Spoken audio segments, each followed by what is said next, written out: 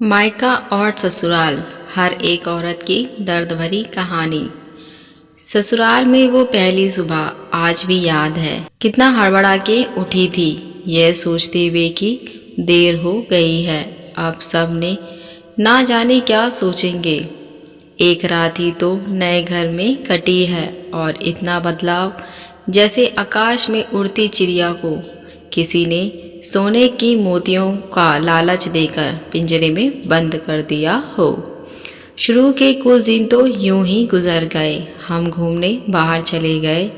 जब वापस आए तो सासू माँ की आंखों में खुशी तो थी, लेकिन बस अपने बेटे के लिए ही दिखी मुझे। सोचा शायद नया नया रिश्ता है, एक दूसरे को समझने में देर लगेगी, लेकिन समय ने जल्दी ही एहसास करा दिया कि मैं यहाँ बहू हूँ।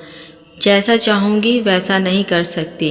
कुछ कायदा मर्यादा है जिसका पालन मुझे करना होगा। धीरे धीरे बात करना, धीरे से हंसना, सबके खाने के बाद खाना, ये सब आदतें जैसे अपने आप ही आ गई। घर में माँ से कभी कभी ही बात होती थी। धीरे धीरे पीहर की याद सताने लगी। ससुराल में पूछा तो कहाँ गया, अभी नहीं कुछ दिन बाद। जिस पति ने कुछ दिन पहले ही मेरे माता पिता से ये कहा था कि पास ही तो है, कभी भी आ जाया करेगी, उसके भी सुर बदल गए थे।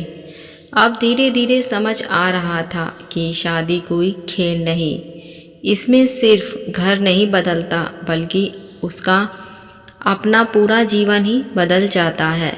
आप कभी भी उठें अपने पीहर नहीं जा सकते, यहाँ तक कि कभी याद आए तो पीहर वाले भी बिना पूछे नहीं आ सकते।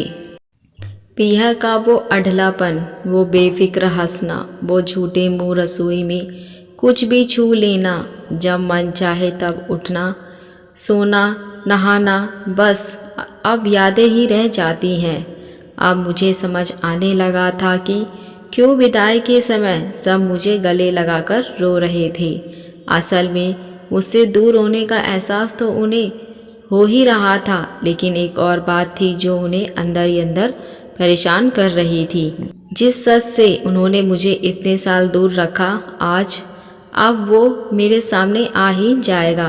पापा का ये झूठ कि मैं उनकी बेटी नहीं बेटा हूँ, अब और दिन नहीं छुप पाएगा। उनकी सबसे बड़ी चिंता ये थी कि अब उसका ये बेटा, जिसे कभी बेटी होने का एहसास नहीं कराया था, जीवन के इतने बड़े सच को कैसे स्वीकार करेगा।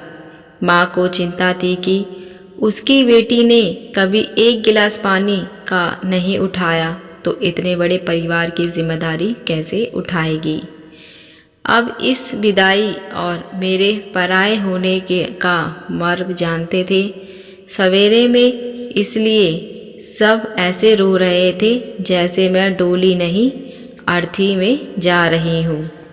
आज मुझे समझ आया कि उनका रोना गलत नहीं था। हमारे समाज का नियम ही ये है, एक बार बेटी डोली में विदा हुई तो फिर वो बस मेहमान ही होती है घर की। फिर चाहे कोई कितना ही क्यों ना कह ले कि यह घर आज भी उसका है। सच तो ये है कि अब वो कभी भी यूं ही अपने उस घर, जिसे मायका कहते हैं, नहीं आ सकती। हजारों समस्या और परेशानियां आने पर भी उसे को हल करना है, हंसते हुए, गम छुपाते हुए। क्या यह तपस्या से कम नहीं है?